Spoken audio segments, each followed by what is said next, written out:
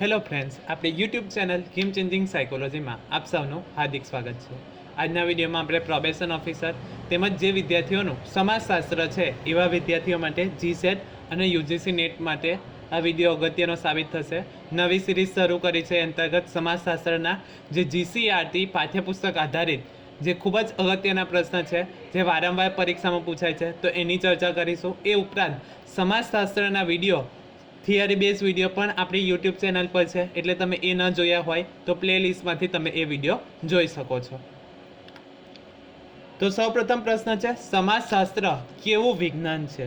અગત્યનો પ્રશ્ન છે કે સમાજશાસ્ત્ર કેવું વિજ્ઞાન છે? ઓપ્શન એ ભૌતિક વિજ્ઞાન, ઓપ્શન બી સામાજિક વિજ્ઞાન, ઓપ્શન સી ઐતિહાસિક વિજ્ઞાન અને ઓપ્શન ડી સાંસ્કૃતિક વિજ્ઞાન। તો સમાજશાસ્ત્ર એ સામાજિક વિજ્ઞાન છે, એટલે કે ઓપ્શન બી સાચો જવાબ છે। સમાજશાસ્ત્ર એ સામાજિક વિજ્ઞાન છે।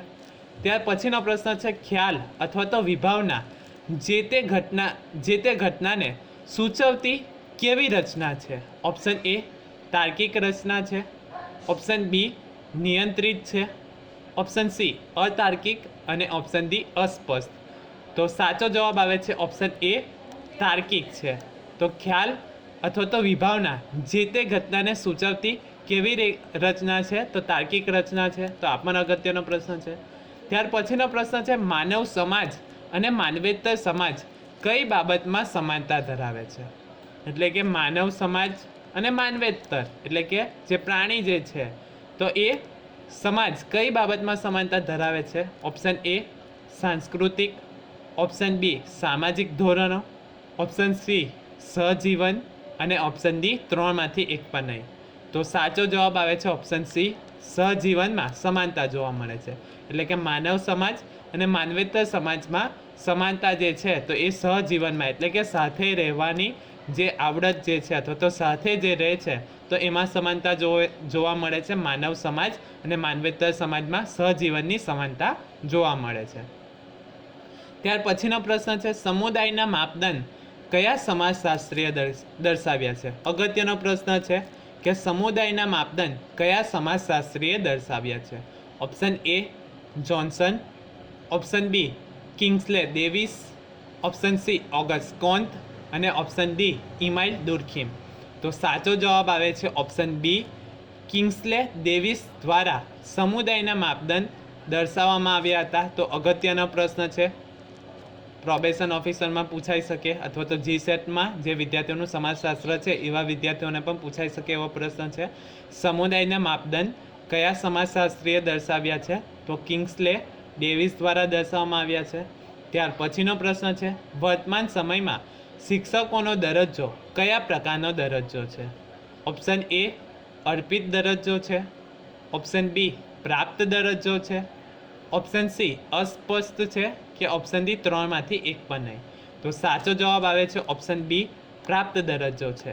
તો વર્તમાન સમયમાં જે શિક્ષકોનો હાલમાં જે દરજ્જો મળે છે તો એ પ્રાપ્ત છે, એટલે કે મેળવવો પડે છે મહેનત કરીને, તો એ ઓપ્શન આવે છે ઓપ્શન બી પ્રાપ્ત દરજ્જો છે।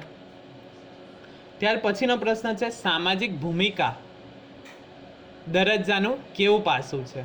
ઓપ્શન એ પરિવર્તનશીલ છે, ઓપ્શન બી સ્થિયાત્મક છે, ઓપ્શન સી વર્તનલક્ષી છે અને ઓપ્શન ડી ગત્યાત્મક છે। તો સામાજિક ભૂમિકા દરજ્જાનું કેવું પાસું છે? તો સાચો જવાબ આવે છે ઓપ્શન સી વર્તનલક્ષી પાસું છે। તો આ યાદ રાખવાનું છે, સામાજિક ભૂમિકા દરજ્જાનું કેવું પાસું છે? તો વર્તનલક્ષી પાસું છે।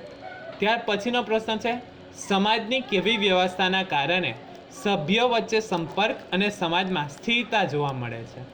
ઓપ્શન એ ધોરણાત્મક, ઓપ્શન બી દરજ્જો, ઓપ્શન સી વર્ગ અને ઓપ્શન ડી ભૂમિકા। તો સાચો જવાબ આવે છે ઓપ્શન એ ધોરણાત્મક છે, એટલે કે સમાજની કેવી વ્યવસ્થાના કારણે સભ્ય વચ્ચે સંપર્ક અને સમાજમાં સ્થિરતા જોવા મળે છે તો એને શું કહેવામાં આવે છે? ધોરણાત્મક જોવા મળે છે, એટલે કે ચોક્કસ ધોરણોના આધારે સમાજની વ્યવસ્થા કરવામાં આવે છે જેથી સભ્ય વચ્ચે સંપર્ક થાય છે અને સમાજમાં સ્થિરતા જોવા મળે છે। ત્યાર પછીનો પ્રશ્ન છે, જ્ઞાતિ હિન્દુ સમાજની કઈ વ્યવસ્થામાંથી ઉતરી આવી છે? ઓપ્શન એ કોટિક્રમ, ઓપ્શન બી વર્ગ, ઓપ્શન સી વર્ણ અને ઓપ્શન ડી ત્રણમાંથી એક પણ નહીં। તો જ્ઞાતિ હિન્દુ સમાજની કઈ વ્યવસ્થામાંથી ઉતરી આવી છે? તો સાચો જવાબ આવે છે ઓપ્શન સી, વર્ણ વ્યવસ્થામાંથી ઉતરી આવી છે. હવે અગત્યનો પોઈન્ટ છે સમુદાયના લક્ષણો. તો સમુદાયના મુખ્યત્વે 5 લક્ષણ છે. એમસીક્યુમાં પૂછાઈ શકે કે નીચે આપેલામાંથી કયું લક્ષણ સમુદાયનું નથી? તો 5 લક્ષણ યાદ રાખવાના છે. ફર્સ્ટ, વસ્તી. સેકન્ડ, ભૌગોલિક પ્રદેશ. થર્ડ, સમુદાયના સભ્ય વચ્ચે પરસ્પર અવલંબન. ફોર્થ, સામૂહિક જીવનમાં વિકસેલા સમાન ધોરણો, મૂલ્યો આધારિત પ્રવૃત્તિઓનું સંકલન.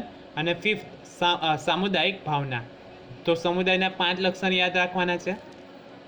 વસ્તી, બીજું છે ભૌગોલિક પ્રદેશ, ત્રીજું સમુદાયના સભ્ય વચ્ચે પરસ્પર અવલંબન, ચોથું સામૂહિક જીવનમાં વિકસેલા સમાન ધોરણો, મૂલ્યો આધારિત પ્રવૃત્તિનું સંકલન, અને પાંચમું છે સામુદાયિક ભાવના.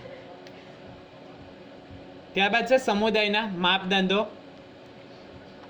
તો કિંગ્સલે ડેવિસે અનુસાર સમુદાયના 2 માપદંડો દર્શાવ્યા છે. તો અહીંથી પણ એમસીક્યુમાં પૂછાઈ શકે છે સમુદાયના માપદંડો.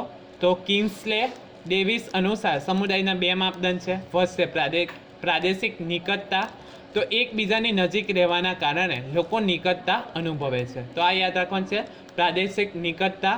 તો એકબીજાની નજીક રહેવાના કારણે લોકો નિકટતા અનુભવે છે. અને બીજું છે સામાજિક સંપૂર્ણતા. તો સામાજિક સંપૂર્ણતા એટલે શું? તો વ્યક્તિઓનું મોટાભાગનું જીવન સમુદાયની મર્યાદામાં જ જીવાય છે. તો એ સામાજિક સંપૂર્ણતા છે કે વ્યક્તિ પોતાનું જે જીવન છે એ મોટાભાગનું જીવન સમુદાયમાં એટલે કે સમૂહમાં જ જીવિત આવે છે. આધુનિક સમયમાં ભૌગોલિક ગતિશીલતા, વાહન વ્યવહાર અને સંદેશા વ્યવહારના સાધનો તેમજ ઔદ્યોગિકરણ, શહેરીકરણ અને વૈશ્વિકીકરણની પ્રક્રિયા તેમજ આધુનિક ટેકનોલોજીના વિકાસના કારણે સમુદાયના સભ્યોનો સંબંધ સમુદાય પૂરતો મર્યાદિત ન રહેતા વૈશ્વિક સ્તરે ગતિશીલ બન્યો છે. તો આ યાદ રાખવાનું છે સમુદાયના માપદંડ કોના દ્વારા આપવામાં આવ્યા છે? તો એમસીક્યુમાં પૂછાઈ શકે છે સમુદાયના માપદંડ કોના દ્વારા આપવામાં આવ્યા છે? તો કિંગ્સલે ડેવિસ દ્વારા આપવામાં આવ્યા છે. કેટલા માપદંડો છે?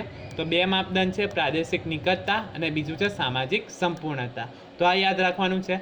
અને બીજું અગત્યનું છે સમુદાયના લક્ષણો. તો સમુદાયના 5 લક્ષણો છે. વસ્તી, ભૌગોલિક પ્રદેશ, ત્રીજું છે સમુદાયના સભ્ય વચ્ચે પરસ્પર અવલંબન, ચોથું સામૂહિક જીવનમાં વિકસેલા સમાન ધોરણો, મૂલ્યો આધારિત પ્રવૃત્તિનું સંકલન, અને પાંચમું છે સામુદાયિક ભાવના. આશા રાખું છું કે તમને આ વિડીયોમાં સમજ પડી ગઈ હશે. અને જો તમને આ વિડીયો પસંદ પડ્યો હોય તો વધુમાં વધુ લાઇક કરો, શેર કરો અને અમારી ચેનલને સબસ્ક્રાઈબ કરો. એ ઉપરાંત અમારી ટેલિગ્રામ ચેનલમાં પણ તમે જોઈન થઈ શકો છો, જ્યાંથી તમને PDF વાંચવા મળશે. Thank you.